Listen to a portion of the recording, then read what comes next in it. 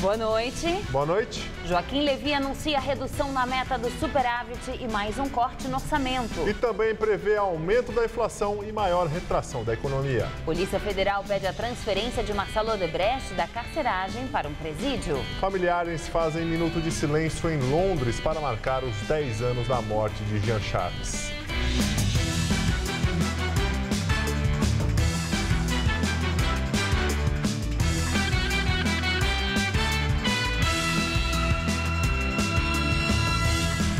Foram presos hoje em Guarulhos, região metropolitana de São Paulo, os jovens que assaltaram e mataram uma ciclista na rodovia Fernão Dias no último domingo. Segundo a polícia, eles confessaram o crime. Leonardo da Silva Souza e Igor Tenório Santos, ambos de 19 anos, foram reconhecidos pelo marido da vítima. A polícia decretou a prisão temporária da dupla por 30 dias. Os dois já foram presos outras vezes por envolvimento em roubos. No domingo de manhã, Consuelita de Freitas, de 43 anos, pedalava com o marido, Leonardo Ferreira de Freitas, 46 anos, pelo acostamento da rodovia Fernão Dias, quando foram baleados. Consuelita levou 3 tiros e morreu no local. O marido tentou socorrê-la e levou um tiro no braço. A polícia suspeita que as bicicletas, avaliadas em R$10 mil, tenham chamado a atenção dos bandidos. A dupla confessou o crime, mas diz que os disparos não foram intencionais. Aquele pino que aciona a munição estaria para trás e acabou sendo acionado com o apertão do gatilho casualmente. Ao mesmo tempo que ele fala isso, também fica demonstrado que não houve nenhuma reação das vítimas. Ontem à noite, dezenas de ciclistas fizeram um protesto em São Paulo em apoio à morte de Consuelita. Bastante abaladas, as 2 filhas dela também compareceram ao ato. Ela estava levantando da bike e mesmo assim aquele monstro fez isso com ela, destroçou nossa família e eu não sei como vai ser daqui para frente. Todo dia a gente se preocupa, pensa no caminho, para onde que a gente vai, para onde que a gente não vai, escuta um relato, muda o trajeto, tentando a nossa segurança. É uma manifestação para ver se alguém acorda, para ver se o poder público vê o que está acontecendo, que a bicicleta hoje virou alvo de bandido. Testemunhas disseram à polícia que Leonardo e Igor tinham ido à rodovia Fernão Dias justamente para assaltar ciclistas, o que também foi confirmado por eles. Os dois vão ficar detidos no 1º Distrito Policial aqui de Guarulhos, mas as investigações continuam. A polícia vai tentar agora localizar as 2 bicicletas e também a arma utilizada no crime. Segundo os detidos, a arma pertencia a uma terceira pessoa que ainda não foi localizada. Nós temos o primeiro nome, que seria Gabriel. Temos que apurar se realmente existe essa pessoa, se é maior ou menor. Segundo eles, se trata de uma pessoa menor de 18 anos. A arma, segundo eles, foi devolvida para esse Gabriel depois do fato. E a bicicleta, como eles viram que houve muita repercussão, acabaram dispensando essas bicicletas aí às margens da rodovia Fernão Dias. A USP vai implantar um novo modelo de policiamento na cidade universitária em parceria com a Secretaria de Segurança Pública do Estado. A intenção é aumentar a presença da PM a partir de setembro. Mais um caso de estupro no campus foi divulgado nesta semana. Ele tem 1,75 m de altura, cerca de 19 anos, um piercing em uma das sobrancelhas, moreno, de cabelos curtos e raspados do lado. O retrato falado do jovem que estuprou uma estudante de 17 anos na cidade universitária no mês passado já rendeu uma denúncia. Um homem de 19 anos chegou a ser levado para a delegacia para reconhecimento. Mas a vítima, que está no interior do estado, muito abalada, não conseguiu ter certeza de que se tratava do criminoso. A violência aconteceu no dia 15 de junho, na Praça do Relógio, na Universidade de São Paulo, quando a garota saía de uma aula para comer no refeitório. Ela contou 2 semanas depois, quando registrou o boletim de ocorrência, que o garoto a ameaçou com uma faca. A própria USP reconhece que a segurança do jeito que está hoje não consegue coibir a criminalidade no campus. Por isso, estuda ampliar a estrutura com a construção de uma grande central de monitoramento até o final do ano que vem. Serão ao todo 450 câmeras de alta definição e longo alcance e a compra desses equipamentos já está em fase de licitação. Mas antes disso, até o final de 2015, pelo menos mais 90 PMs armados vão integrar a segurança aqui da cidade universitária. Esse projeto já está sendo discutido há 4 meses, né? Então, ele é um projeto, acho que tranquilo, porque é uma polícia militar que vai agir aqui dentro da cidade universitária, mas ele é de inteligência. Ele não é agressivo, ele não é ostensivo. Então, são policiais que são nossos amigos. O projeto se chama Universidade Segura. E esses policiais serão treinados e, de preferência, policiais universitários, porque eles já entendem o que é a universidade, o meio universitário. Sobre a reclamação de truculência de PMs em anos anteriores, quando a polícia atuava no campus, o superintendente diz que haverá treinamento e seleção específicos. Não vai ser truculenta, porque ela vai ser preparada, vai ser treinada para cobrir essa função. Então, eles não vão enfrentar ninguém, seja aluno, seja professor, seja ninguém. Eles estão aqui para ajudá-los. Nós vamos trabalhar em parceria. Olha, se aqui está a Guarda Universitária, a Polícia Militar não está junto, não vai ter duplicidade em todos os locais do campus. Ou seja, nós temos viaturas da Guarda Universitária, nós temos motos da Guarda Universitária e, da mesma maneira, a Polícia Militar. Familiares fazem 1 minuto de silêncio em Londres para marcar os 10 anos da morte de Jean Charles de Menezes. Os primos do eletricista Jean Charles de Menezes fizeram homenagem em frente à estação de metrô Stockwell. A família declarou que ainda busca justiça e aguarda a apreciação da Corte Europeia de Direitos Humanos, porque até hoje nenhum dos envolvidos na morte foi processado criminalmente. A polícia britânica foi considerada culpada de infração às regras de segurança e multada em 175 mil libras. Jean Charles morreu baleado por policiais dentro de um vagão do metrô. Ele foi confundido com um terrorista que tentou fazer um ataque na véspera, mas as bombas caseiras falharam. Londres estava abalada pelo atentado de 2 semanas antes ao sistema de transportes, no qual morreram 56 pessoas. O governo brasileiro anuncia a redução da meta fiscal e corte de mais 8,3 bilhões de reais do orçamento. Os ministros da Fazenda, Joaquim Levy, e do Planejamento, Nelson Barbosa, anunciaram a redução da meta de superávit primário de 1,1% para 0,15% do produto interno bruto. A redução foi justificada pela necessidade de adequar a meta à realidade das receitas e despesas. O objetivo do que a gente se propõe a fazer é diminuir a incerteza da economia. Ao informarmos a meta que nós consideramos alcançável, adequada, segura, e com isso acho que se ajuda a orientar as decisões dos agentes econômicos, dos empresários, trabalhadores, das famílias. O governo anunciou também que as despesas orçamentárias sofrerão um corte adicional de 8,6 bilhões de reais. Há uma frustração de receita em relação ao esperado inicialmente. Como o ministro Levy já colocou, é uma frustração de receita que tem tanto caráter cíclico, porque a economia está crescendo menos, como também tem alguns determinantes estruturais. Então nós estamos reduzindo a nossa meta, não estamos ampliando o gasto. Nós estamos, na verdade, cortando mais o gasto. O projeto de lei propondo a redução da meta fiscal 2015 será enviado ao Congresso Nacional. E o governo também revisou as previsões de inflação e do PIB para este ano.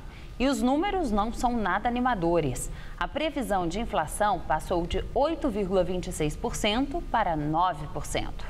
Os dados sobre o PIB também mostram que o ano será difícil na economia. O governo, que antes previa uma retração de 1,20%, agora acredita que a queda será maior, 1,49%. Durante a inauguração de fábrica em Piracicaba, no interior de São Paulo, o presidente Dilma Rousseff diz que o governo busca reequilibrar as contas e afirma que o país vive um momento de travessia, mas que voltará a crescer. A presidente Dilma Rousseff chegou à fábrica de etanol por volta das 10h30 da manhã. Estava acompanhada pelos ministros de Minas e Energia, Eduardo Braga, e da Secretaria de Comunicação Social, Edinho Silva. O governador Geraldo Alckmin, do PSDB, também participou do evento. A unidade em Piracicaba vai produzir o etanol de segunda geração, feito a partir do bagaço e da palha da cana-de-açúcar. A expectativa é que a capacidade de produção da empresa aumente 50% com a mesma área plantada.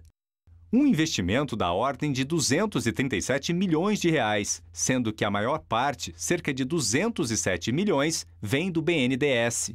Em 3 anos, a fábrica terá capacidade para produzir 42 milhões de litros por ano. O anúncio dos investimentos vem no momento em que o setor vive uma crise, reflexo da retração da economia e os altos custos de produção. A presidente Dilma Rousseff saiu do evento sem gravar entrevista. Durante o seu pronunciamento, também evitou falar sobre temas polêmicos. Disse apenas que o governo está perseguindo o equilíbrio das contas públicas e que o país está passando por uma travessia difícil. Hoje, nós perseguimos o reequilíbrio das contas públicas, que é uma parte essencial para que a economia se recupere. O governo vem adotando desde o início do ano várias medidas para reduzir as despesas e aumentar a arrecadação. É o chamado ajuste fiscal, que Dilma e sua equipe econômica defendem como necessário para o país retornar o crescimento. Estamos atualizando as bases da nossa economia e nós iremos voltar a crescer dentro do nosso potencial. O nosso objetivo é consolidar a expansão de uma classe média no Brasil. A Advocacia Geral da União entrega ao Tribunal de Contas da União a defesa do governo no processo sobre as chamadas pedaladas fiscais. O TCU avalia se atrasos nas transferências do Tesouro Nacional a bancos públicos para pagamento de programas sociais, como Bolsa Família, feriram a lei de responsabilidade fiscal. Por causa do adiamento das transferências, instituições como a Caixa Econômica Federal, Banco do Brasil e BNDES tiveram de usar recursos próprios para honrar os compromissos, numa espécie de empréstimo ao governo, o que é proibido. A expectativa é de que o TCU decida em agosto se recomenda a reprovação ou aprovação das contas de Dilma. O parecer será encaminhado ao Congresso Nacional, que terá a palavra final sobre o caso. E agora vamos ao comentário de política com José Neumann e Pinto. No dia em que o governo anunciou que a previsão para o superávit fiscal vai ser de 0,15% do PIB, ou seja, uma fração muito menor do que o que foi anunciado antes. Espera uma inflação de 9% e vai fazer um corte de 8 bilhões e 600 milhões no orçamento. Tudo acima um pouco dos 7,7% de popularidade da Dilma, segundo a pesquisa divulgada pela Confederação Nacional do Trabalho. Neste dia, o Dr. Luiz Inácio Adams, advogado-geral da União, foi ao Tribunal de Contas da União entregar a explicação do governo para as pedaladas fiscais, uma infração contra a importantíssima lei da responsabilidade fiscal, que é para pôr na ordem, pôr em controle as contas públicas sempre descontroladas. Agora, a Dilma descontrolou a tal ponto as contas em 2014 que entrou na história. É a primeira vez em 80 anos que um presidente tem que explicar uma conta. Você pode dizer que antes o Tribunal de Contas era muito permissivo, é o que ela tem dito. Mas, ainda assim, digamos que ela entrou na história por uma porta lateral, né?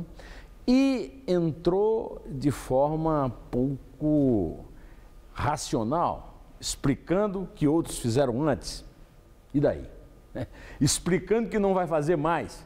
Não se faz uma defesa de algo tão importante, ferindo uma lei tão importante como é a lei da responsabilidade fiscal, com base nesses dois argumentos absolutamente infantis. Ora, você já imaginou se um criminoso chega para o juiz e diz: olha, seu juiz, me dá a liberdade, que outros já mataram e ficaram livres. E depois também não vou matar mais. Vai ser uma carnificina, não é mesmo? É a mesma coisa. Quando você erra, você tem que pagar, principalmente porque a Dilma jurou perante a Constituição que iria cumpri-la e não cumpriu. A lei de responsabilidade fiscal vai ter de responder por isso ao Congresso. O Tribunal de Contas é um órgão do Congresso. Esta afirmação que o tribunal faz e o julgamento é técnica e o Congresso é que vai decidir politicamente o que fazer, se aprova ou não as contas dela. Se não aprovar, aí paciência. Aí ela cometeu um crime de responsabilidade fiscal e pode ser submetida ao impeachment. Mas isso é coisa para o futuro, né? Por falar em futuro, eu volto aqui depois de amanhã e conto com você aí, me esperando direto ao assunto. em pé. Operação Lava Jato. O STF determina que o juiz Sérgio Moro envie à corte informações sobre o processo que cita pagamento de propina ao presidente da Câmara, Eduardo Cunha.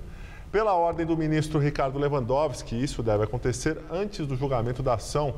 A decisão do STF atende um pedido do próprio Cunha, que, por ter foro privilegiado, alega que deve ser investigado pelo STF. Cunha procurou Lewandowski para tratar do caso. Na semana passada, em depoimento à Justiça Federal no Paraná, o ex-consultor da Toyo Setal, Júlio Camargo, afirmou que Cunha pediu propina de 5 milhões de dólares para viabilizar a contratação de navios sonda por parte da Petrobras. Cunha nega as acusações. E ainda dentro da Lava Jato, a Polícia Federal pediu a transferência de 8 pessoas detidas na 14ª fase da operação para o presídio de Pinhais. Entre elas, Marcelo Odebrecht e Otávio Marques de Azevedo, presidente da Andrade Gutierrez. Os demais também são ligados a empreiteiras. Eles estão detidos desde junho na carceragem da Polícia Federal em Curitiba. No pedido, o delegado Igor Romário de Paula alega dificuldades de espaço para manter os detentos no local.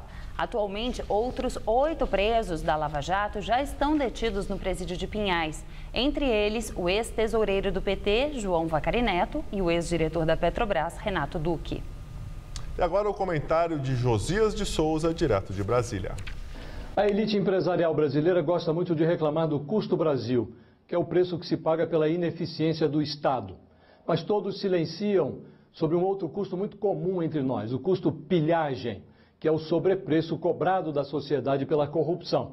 Não faz parte da tradição brasileira impor sanções públicas à desonestidade praticada com fins comerciais. Nesse contexto, a Operação Lava Jato oferece ao país cenas inusitadas, jamais vistas. No início da semana foram condenados a penas de prisão e pagamento de multa 3 ex-executivos da Camargo Correia. A nata da Odebrecht, que é a maior empreiteira do Brasil, está presa no Paraná há mais de um mês.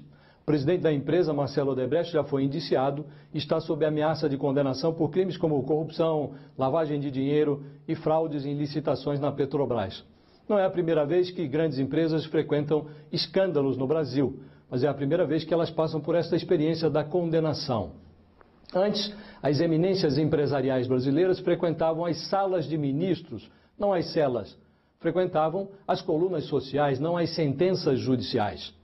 Esta mudança é digna de celebração. Mas atenção, é bom você comemorar rápido, porque no momento tem muita gente buscando pretextos para anular a Operação Lava Jato no Judiciário. Torça-se para que isso não ocorra. Do contrário, a pilhagem no Brasil continuará sendo beneficiada por uma amnésia coletiva e por um indulto preventivo. Boa noite. Quarta-feira gelada em São Paulo. Com o tempo fechado, as temperaturas ficaram entre 12 e 16 graus. Mas amanhã o frio diminui aqui na capital paulista. Vamos à previsão com Mariana Armentano.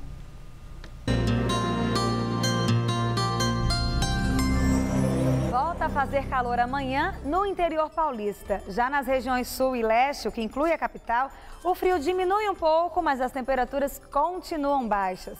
O que acontece é que o sol consegue aparecer com mais força no interior, apesar de ainda haver possibilidade de chuvas isoladas. Já na faixa leste, o vento carregado de umidade que vem do mar espalha muita nebulosidade e provoca chuvinha fraca, o que ajuda a manter as temperaturas mais baixas. A máxima vai só até os 20 graus em São José dos Campos e em Sorocaba e até os 22 em Caraguatatuba, no litoral do estado. Para a região metropolitana, a previsão é de mais um dia de muitas nuvens, mas já com breves aberturas de sol. Por isso, a temperatura sobe um pouco mais em relação a hoje. O dia vai amanhecer com termômetros na casa dos 14 graus e à tarde chega a fazer 21. Na sexta-feira, a máxima já sobe para os 24 graus, mas volta a esfriar no sábado com mínima de 13 e máxima de 19, ainda com previsão de chuvas. Tirar fotografia de si mesmo, acompanhado ou não e sem tripé, de preferência na câmera frontal do celular. Essa é a famosa selfie. Agora é moda tirar esse tipo de foto em qualquer lugar. Mas aqui, na Avenida Paulista, famoso cartão postal de São Paulo já virou febre. Pense numa pessoa que gosta de tirar foto de si mesma, mas de preferência tem que ser na Casa das Rosas, na Avenida Paulista. Esse é o Rodrigo. Olha só o celular dele. Selfie, selfie, selfie, selfie. Já contou quantas fotos tirou? Várias, não tenho noção de quantas. Todo dia eu saio do meu almoço, sento na Casa das Rosas e eu tenho que tirar uma selfie. Olha o caso do André. Flagramos quando ele tirava essas fotos aqui. Eu acho isso mágico, né? Você tem o escuro embaixo, né? Os contrastes, na verdade. Mas qual que é o objetivo, a graça, se ele passa aqui na Paulista todo dia? Dependendo do ângulo, dependendo do horário do dia, entendeu? Do dia da semana, o que está acontecendo na Paulista, entendeu? Ela se torna diferente. Basta um cenário bonito, novidade, a ciclovia, e tem gente que não resiste mesmo, olha. Já faz um carão e tira a selfie. Agora, com o mês de julho, férias, São Paulo recebe mais de 1 milhão de pessoas e aí tem muita gente por aqui fazendo justamente isso, tirando foto. É como se a Avenida Paulista virasse a Avenida do Selfie e aqui fosse um verdadeiro estúdio de fotografia a céu aberto e de graça, melhor. Então, mais uma, né? O Thiago não é de São Paulo, não. Ele veio de Santos, no Litoral Sul, para uma visita rápida à capital. E deu um jeitinho de arranjar tempo para fotos na Paulista. Esse ar urbano, a galera, o fluxo de gente indo e vindo, os prédios, é tudo muito maravilhoso. A Paulista tem vários pontos turísticos. Sozinha, completa um álbum cheio de cartões postais. O Gil sabe bem disso. Ele é fotógrafo e morador de São Paulo. Mas ainda assim, prefere capturar gente aos prédios. Eu gosto de ver essas pessoas, de dar uma de paparazzi e retratar esse tipo de pessoas, sem retratar assim, sem fazer um retrato da pessoa, mas pegar situações, pegar os sentimentos dela. É a democracia da Paulista em forma de fotografia.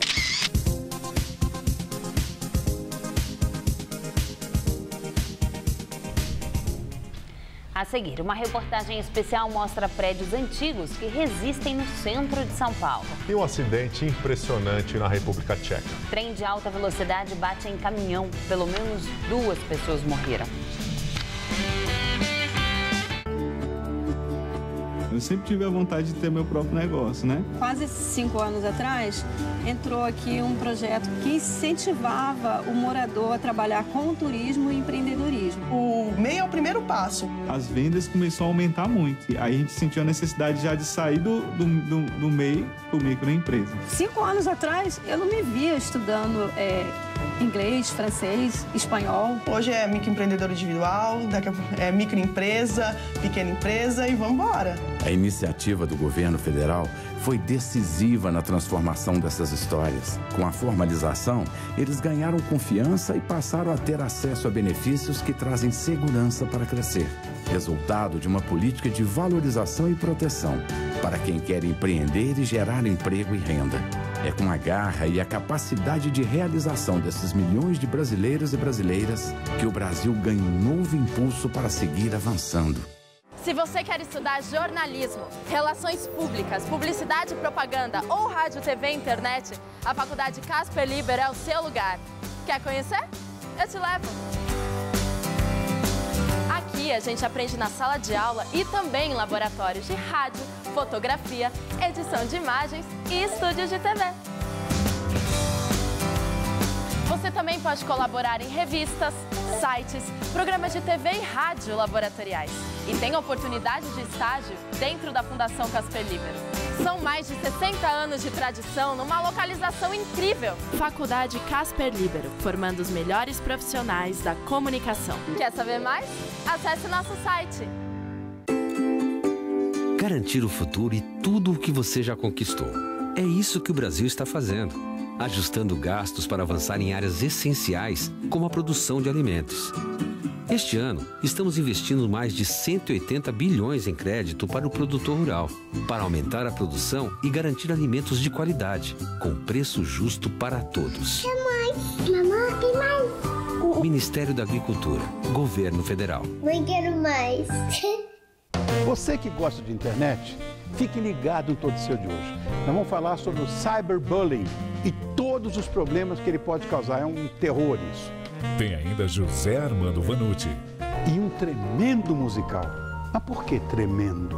porque o tremendão vem aí. Meu brother, Erasmo Carlos, cantando pra gente. Todo seu é hoje, 10h30 da noite. Pode vir, tô esperando você.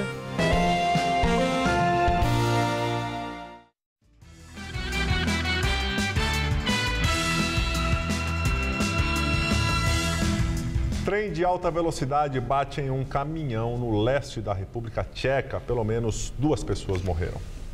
O acidente aconteceu no cruzamento no leste da República Tcheca, a 350 quilômetros da capital Praga. 13 pessoas ficaram feridas, sendo 3 com gravidade.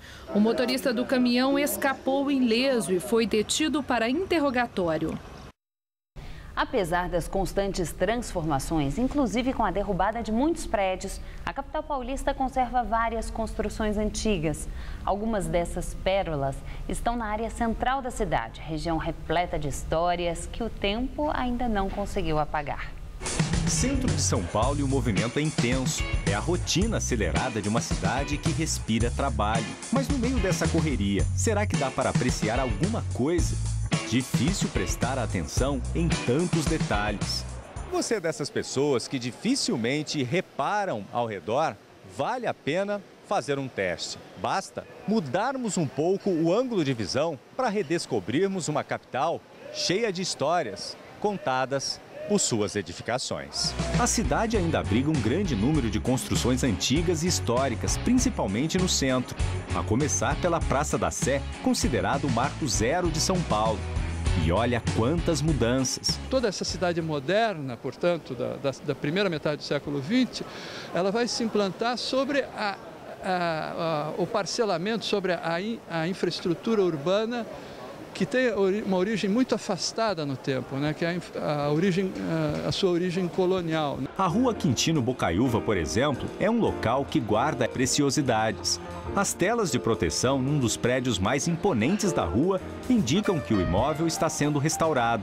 O Palacete Teresa de Toledo Lara, com forte inspiração europeia, foi construído pelo Conde Antônio de Toledo Lara para homenagear a filha.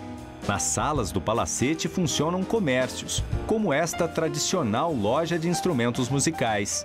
Seu Antônio Nogueira frequenta o prédio há mais de 60 anos. O comerciante se lembra muito bem dos tempos áureos do palacete, que abrigou a antiga Rádio Record. Nós presenciamos artistas que hoje estão em evidência. Calbi Peixoto, a própria Ângela Maria. Cada funcionário aqui contribui para manter a história do palacete cada dia mais viva. Ela é uma fachada que ela tinha um tom, ela não é pintada, ela é tonalizada e o tom pode ser, ele provavelmente era do tom da areia que eles utilizavam, do tom do cimento, do cal, então muda quando eu trago para a atualidade. Mas nem tudo no centro está sendo preservado. As escoras feitas com barras de ferro tentam evitar que a fachada do antigo prédio também desapareça. Todo o interior do imóvel já desabou. Eu acho que o poder público devia ter uma ação mais efetiva, né? Devia ter uma política clara, no sentido de que ele está disposto a apoiar e a estimular, né, a ação dos agentes que possam vir a contribuir para essa revitalização da cidade.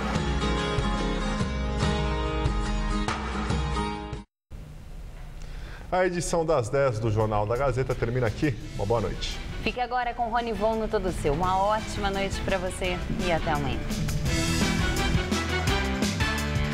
Logo mais 11h30 da noite no Eu Nunca, a blogueira Tati Ferreira visita uma criação de abelhas. Assista agora, Todo Seu.